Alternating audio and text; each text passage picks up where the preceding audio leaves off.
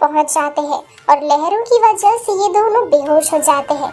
जैसे ही इन दोनों की आंखें खुलती है, तब तक ये वर्जिन आइलैंड के महिलाओं के कब्जे में थे।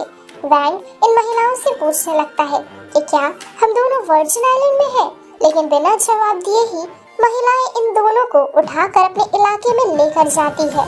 ये सभी महिलाएं मिलकर वैंग और ह्योन को लाठी से बुरी तरह से मारकर उन्हें बंदी बनाकर रखती है।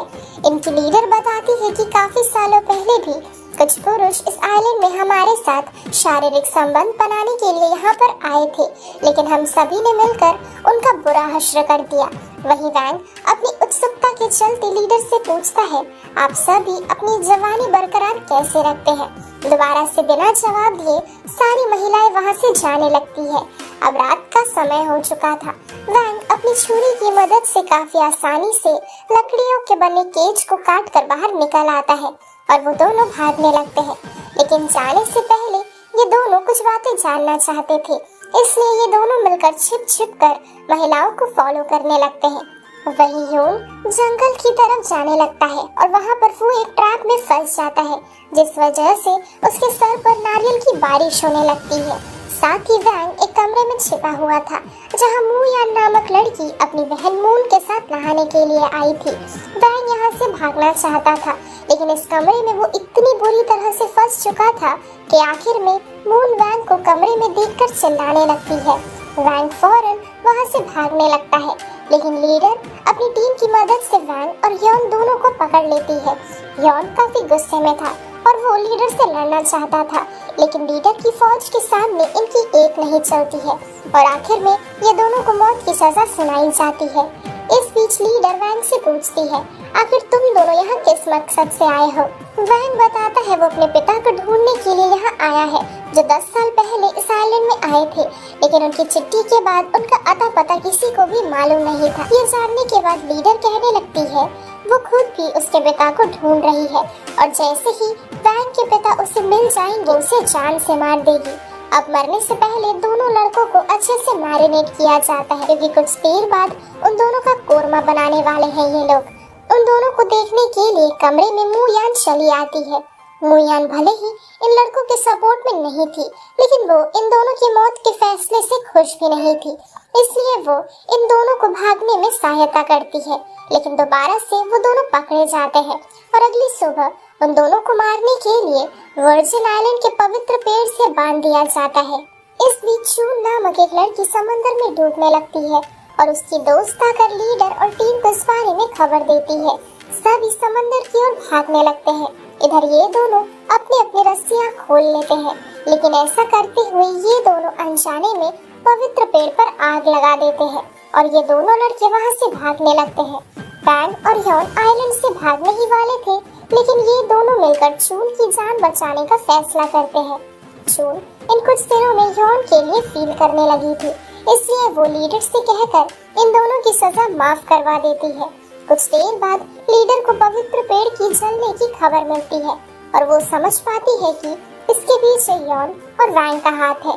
दोबारा से इन दोनों को मौत की सजा सुनाई जाती है, लेकिन जून की रिक्वेस्ट करने पर लीडर इन दोनों लड़कों को 3 महीने का मौका देती है।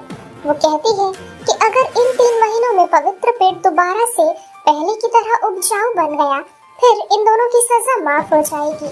ह्योन और वैंग पेड़ को जीवित करने के लिए तैयार हो जाते हैं। धीरे धीरे ये दोनों लड़के इन लड़कियों के चहीते बन चुके थे। वैंग और ह्योन नए नए तरीकों से इन्हें मछलियाँ पकड़ना और कुक करना सिखाते हैं। साथ ही जून ह्योन को पटाने में लगी थी।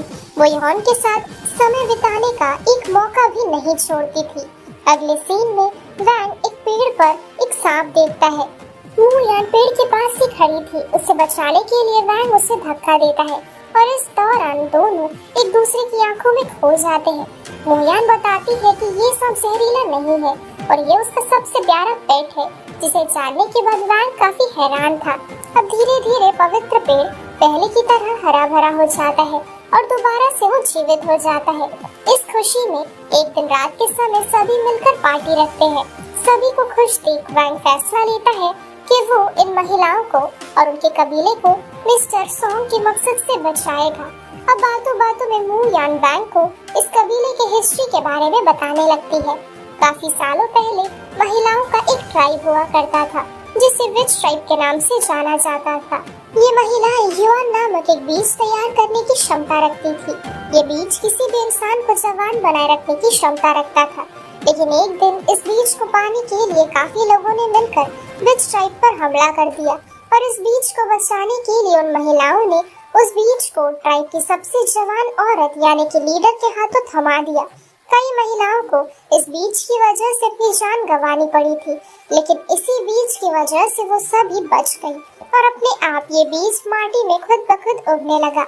और तब से लेकर अब तक विच ट्राइब की लीडर अपने कबीले और इस बीज की सुरक्षा कर रही है। अगली सुबह मू यान वैंग को समंदर किनारे ले जाती है, जहाँ उसने आखिरी बार वैंग के पिता को देखा था। वैंग के पिता की डायरी से वैंग को पता चलता है कि उसके पिता विच ट्राइब की बर्बादी नहीं चाहते थे, क्योंकि अगर इस आइलैंड और ट्राइब के बारे में लालची लोगों को पता चल गया, फिर वो इन लड़कियों का गलत इस्तेमाल करेंगे, जो कि गलत होता। इसलिए वैंग के पिता कभी घर वापस नहीं गए। अपने पिता के रास्ते पर चलने के लिए वैंग जीपीएस तोड़ने की कोशिश करता है, लेकिन जीपीएस चालू हो चुका था और मिस्टर सॉन्ग तक जीपीएस की सिग्नल पहुंच चुकी थी। वैंग जल्द से जल्द लीडर और उसकी प्रजा को इस आइलैंड को छोड़कर जाने के लिए कहता है, क्योंकि मिस्टर सॉन्ग के आदमी कभी भी इस आइलैंड पर हमला कर सकते हैं। कुछ देर बाद मिस्टर सॉन्ग के आदमी आइलैंड में पहुंचते हैं और ये सारी लड़कियां मिलकर मिस्टर सॉन्ग के आदमियों को अपनी ओर आकर्षित करके नशे की चीजें खिलाकर बेहोश कर देती है। मिस्टर सॉन्ग के कांटेक्ट करने के बावजूद भी उनके आदमी उन्हें रिपोर्ट नहीं करते हैं, इसलिए मिस्टर सॉन्ग खुद जाकर आइलैंड में लड़कियों की खोज करने लगते हैं। ह्योन और वैंग मिस्टर सॉन्ग से कहने लगते हैं कि ये आइलैंड वर्जिन आइलैंड नहीं है, लेकिन मिस्टर सॉन्ग को उन दोनों की बातों पर विश्वास नहीं था और वो अपने बाकी आदमियों से कहकर सभी को बंदी बना लेते हैं। और फिर वो वर्जिन आइलैंड की लीडर से उस राज के बारे में जानना चाहते थे, जिसकी मदद से ये सभी अपनी जवानी को कायम रख पाते हैं। लीडर मिस्टर सॉन्ग को सच्चाई बताने से मना करती है। वहीं मिस्टर सॉन्ग छोटी मून को जान से मारने की धमकी देने लगते हैं। अंत में जबरदस्ती लीडर और बाकी लड़कियां मिस्टर सॉन्ग को उस पहाड़ की तरफ ले जाने लगती है, जहां पर ह्योन बीज और पौधे मिलते हैं। लेकिन बीच रास्ते में सभी मिलकर मिस्टर सॉन्ग के आदमियों का खात्मा कर देते हैं। जैसे तैसे मिस्टर सॉन्ग वैंग को लेकर वहां से भाग जाते हैं और सभी को मारने के लिए मिस्टर सॉन्ग वैंग के गले में एक टाइम बम लगा देते हैं। इस टाइम बम के सहारे वैंग को मौत की धमकी दी जाती है। मिस्टर सॉन्ग उससे ह्योन बीच के बारे में पता लगाना चाहते थे। इस बीच सभी लड़कियां भी वहां पर पहुंच चुकी थी। वो सभी मिस्टर सॉन्ग से लड़ने लगती है और इस हाथापाई के दौरान मिस्टर सॉन्ग जानबूझकर वैंग के बॉम्ब का टाइमर चालू कर देते हैं, जिसकी वजह से अब सभी की जान खतरे में थी। वैंग के पास सिर्फ 30 सेकंड बचा हुआ था और सभी को बचाने के लिए वैंग समंदर की ओर जाने लगता है। जाते जाते वो सिर्फ अपने प्यार मुयान के बारे में सोच रहा था और ऐसे ही वो एक बड़ा बलिदान देकर सभी की जान बचाता है। मुयान और बाकी सभी वैंग की मौत पर बेहद रो रहे थे। ठीक तभी वर्जिन आइलैंड का समंदर वैंग के बलिदान को व्यर्थ नहीं जाने देता है और वो समंदर वैंग को एक नया जीवन दान देता है, जैसा कि कुछ देर पहले वैंग ने इस आइलैंड के लिए दिया था।